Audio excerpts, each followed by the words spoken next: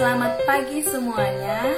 Ya, kembali lagi bertemu dengan Miss Deborah dalam pembelajaran sejarah peminatan kelas 11 IPS. Nah, kali ini kita akan membahas bab baru, yaitu tentang peristiwa di Eropa yang berpengaruh terhadap kehidupan umat manusia. Kali ini kita akan mengetahui peristiwa Eropa yang berpengaruh bagi kehidupan umat manusia.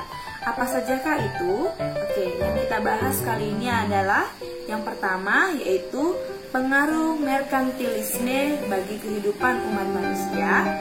Yang kedua, peristiwa Renaissance dan pengaruhnya bagi kehidupan umat manusia.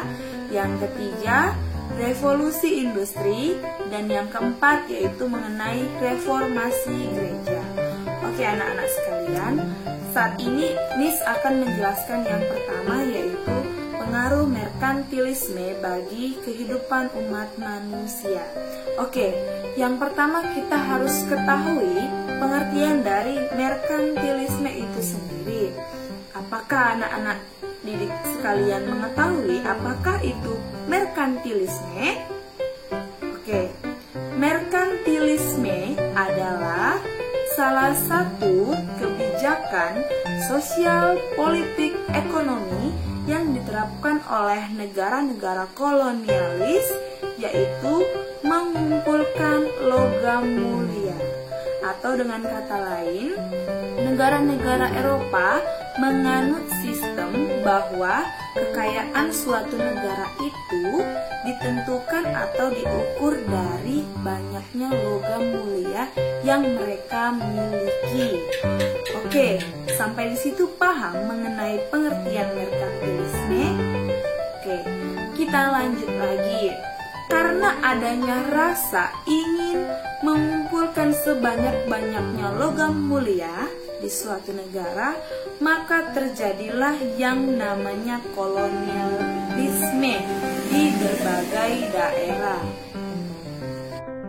Salah satu negara yang menganut sistem ekonomi merkantilisme ini adalah negara Inggris Raya.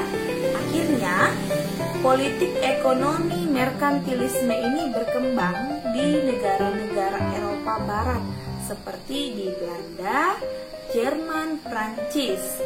Akhirnya, negara-negara Eropa yang menganut sistem merkantilisme ini pun juga saling berusaha untuk mengejar logam mulia.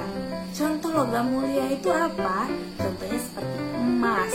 Nah, hal itulah yang menyebabkan bahwa nilai uang di negara-negara Eropa yang menganut merkantilisme itu sama dengan emas.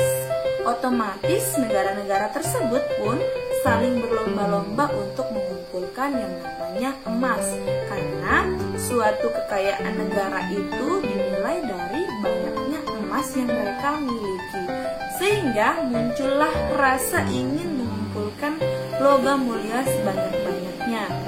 Nah, apabila suatu negara itu tidak memiliki lagi banyak sumber emas, makanya terjadi yang namanya kolonialisme, atau mereka melakukan penjelajahan ke samudra atau penjelajahan ke dunia lain, ingin mencari logam mulia. Itulah yang namanya tadi terjadi kolonialisme.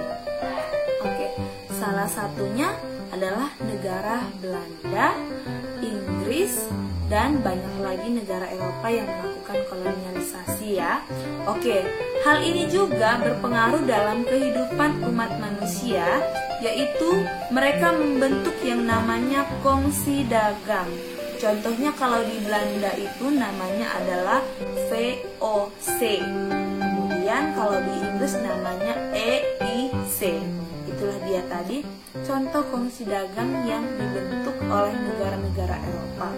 Hal ini merupakan dampak dari adanya merkantilisme, sehingga pengaruh merkantilisme itu sangat besar bagi kehidupan umat manusia, yaitu dari sistem ekonominya mereka menganut sistem ekonomi merkantilisme, yaitu mengumpulkan logam mulia sebanyak-banyaknya dan juga juga berpengaruh dalam segi sosial, yaitu saling berlomba-lomba mengumpulkan kekayaan dan saling merebut kekuasaan dengan berbagai cara, atau sering terjadinya yaitu perampasan secara paksa, atau yang kita kenal dengan nama kolonialisme.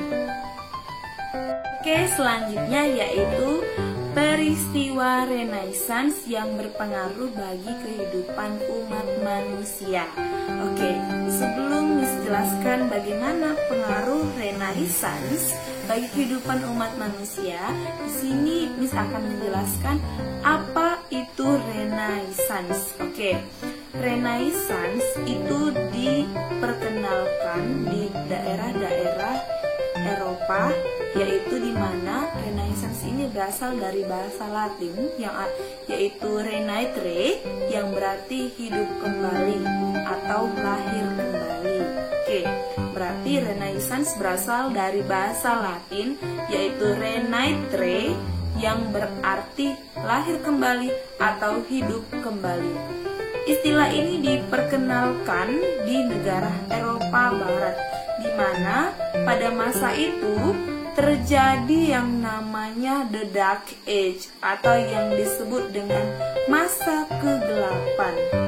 Sebelum munculnya masa Renaissance ini, di Eropa itu pernah terjadi yang namanya The Dark Age atau masa kegelapan, di mana banyak terjadi kerusuhan, kecurangan di dalam suatu negara, yaitu banyak masyarakat yang kurang diperkenalkan untuk memperkenalkan banyak karya-karyanya. Contohnya, para ilmuwan, para arsitektur, para penulis itu dibatasi kemampuannya untuk mengemukakan pendapat, dihanguskan segala naskah-naskah sejarah-sejarah Romawi dan Yunani. Oleh karena itu terjadilah yang namanya masa kegelapan. Banyak terjadi kecurangan dan yang namanya kehancuran di Eropa. Akhirnya muncullah yang namanya tadi masa Renaissance atau hidup kembali. Renaissance ini akan dihubungkan dengan yang namanya humanisme.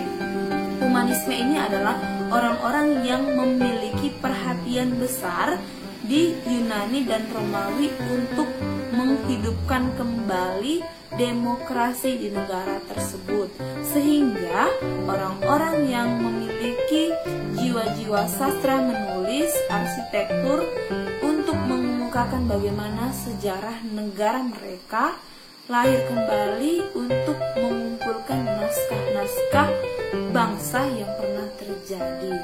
Oleh karena itu, Renaissance ini muncul menyebabkan banyaknya sastrawan yang membangunkan sastrawan-sastrawan lain untuk menulis bagaimana sejarah bangsa mereka.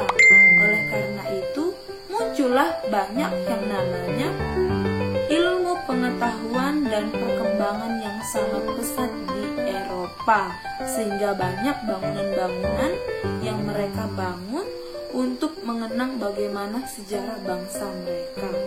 Sehingga Renaissance ini merupakan peristiwa yang sangat penting di Eropa karena melahirkan kembali bagaimana bangsa yang telah mengalami kegelapan, sehingga mereka itu memiliki semangat kembali untuk hidup dan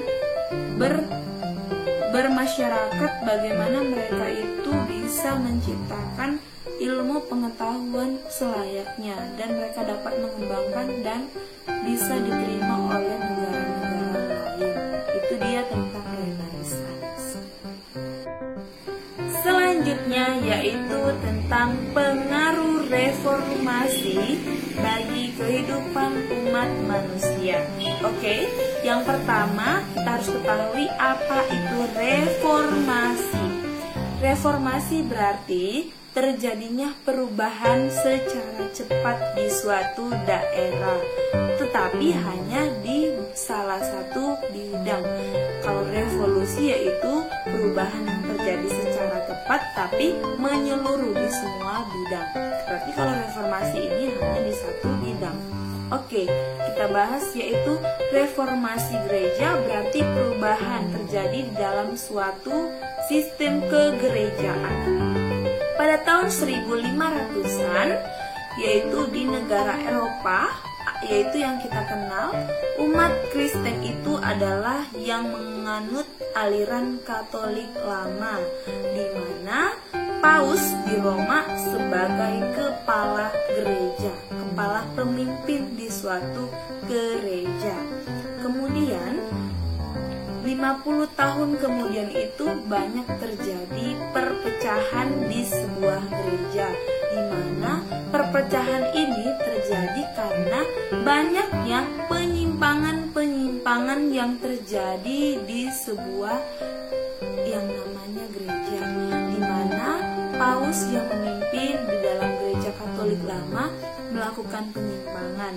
Salah satu penyimpangan yang ditentang oleh Martin Luther yang sebagai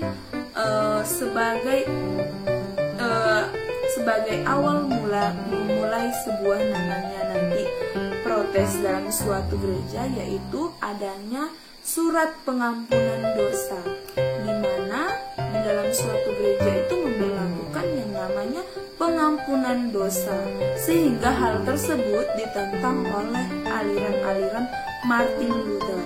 Martin Luther inilah yang nanti akhirnya membangkitkan orang-orang lain, yaitu memprotes di mana terjadinya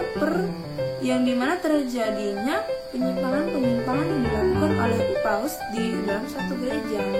Protes mereka tersebutlah akhirnya dijuluki sebagai kaum Protestan, di mana hal ini mencerai-beraikan umat Katolik di dunia dan memunculkan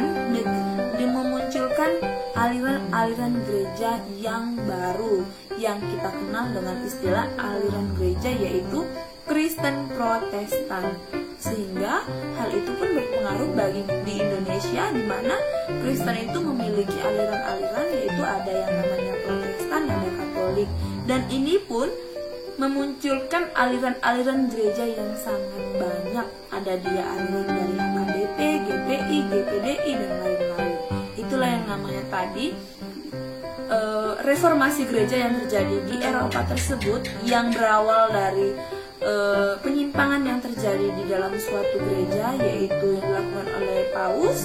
Itulah yang menyebabkan munculnya aliran-aliran baru dalam suatu gereja, yaitu munculnya kaum Protestan dan berpisah dengan umat Katolik yang waktu itu. Itulah tadi dia pengaruh reformasi gereja bagi kehidupan manusia. Oke, yang terakhir yaitu pengaruh revolusi industri yang terjadi di Eropa bagi kehidupan umat manusia. Revolusi industri tidak terjadi secara mendadak, melainkan terjadi melalui proses sejarah yang cukup panjang. Proses dari revolusi industri itu berarti yaitu terjadinya perubahan secara cepat di dalam bidang ekonomi, di mana dari ekonomi agraris menjadi ekonomi industri yang menggunakan mesin dalam mengelola bahan mentah menjadi bahan siap pakai. Dengan kata lain, revolusi industri ini mengubah cara kerja yang awalnya menggunakan tenaga manusia menjadi tenaga mesin. Oleh karena itu, revolusi industri yang terjadi di Eropa tersebut pasti membawa dampak bagi kehidupan umat manusia. Revolusi industri ini pada awalnya diperkenalkan oleh negara Inggris, di mana di negara Inggris itu memiliki jajahan yang sangat luas, sehingga mereka perlu waktu yang cepat dalam mengolah tanah jajahan, yaitu mengolah sumber daya alam di daerah jajahan mereka. Oleh karena itu, mereka menciptakan mesin untuk mengelola sumber daya alam tersebut. Oke, hal itu menjadikan revolusi industri itu membawa dampak yang sangat besar. Yang pertama dalam bidang ekonomi, yaitu upah manusia menjadi murah karena manusia itu sudah mulai berkurang digunakan karena dialihkan menjadi tenaga mesin. Yang kedua, bahan-bahan pun menjadi sangat murah karena bahan-bahan itu sangat mudah untuk diolah, tidak lagi memerlukan waktu yang lama. Oke, kemudian selain itu juga membawa dampak terjadinya yang namanya eksploitasi. Indonesia menjadi salah satu negara yang sangat memiliki dampak dari revolusi industri tersebut. Karena Indonesia memiliki sumber daya alam yang sangat luas dan penuh kekayaan alamnya, maka Indonesia menjadi negara eksploitasi. Banyak sumber daya alam yang dieksploitasi oleh Inggris. Selain itu juga dampaknya di mana penduduk dari desa berlomba-lomba untuk ke kota menjadi buruh pabrik karena semua tenaga-tenaga sudah dialihkan kepada mesin, maka mereka ingin menjadi buruh di sebuah pabrik. Terjadilah yang namanya urbanisasi. Maka revolusi industri sangat berpengaruh bagi kehidupan umat manusia.